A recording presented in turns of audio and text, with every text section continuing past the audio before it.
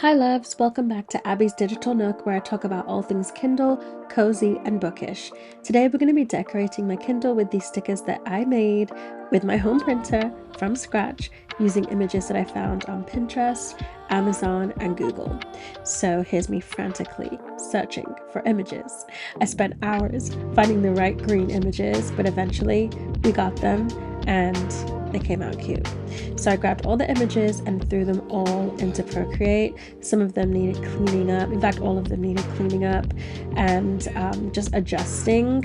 And I put them all onto one sheet so it would be like a sticker sheet.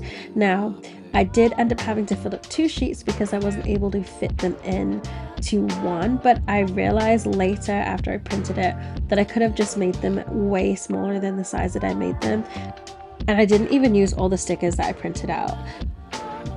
So I had these papers already from my business. So I used clear sticker paper, so it had a transparent background, and then also regular sticker paper so that if the color just wasn't right, I could just use it as a regular sticker and I knew it would come out right. So I just sent the design from my iPad to my laptop and printed it out on my trusty printer.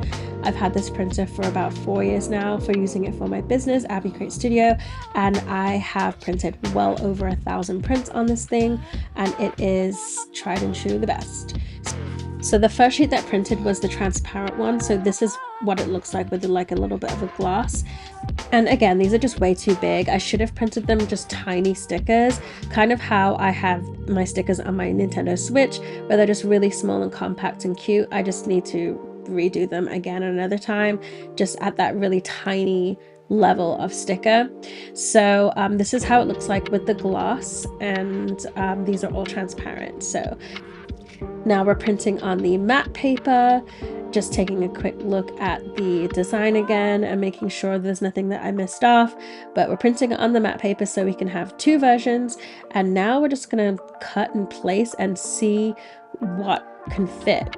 And obviously, again, like I said, they're too big, but I mean, I do love how it turned out. And you know, lesson learned, I just know that when I redo my sticker designs, which will probably be next month because I never stick with my designs longer than a month, but once I switch out for next month, I'm gonna do like little mini ones, and I think it will be much cuter and I'll be able to get so much more cool stuff.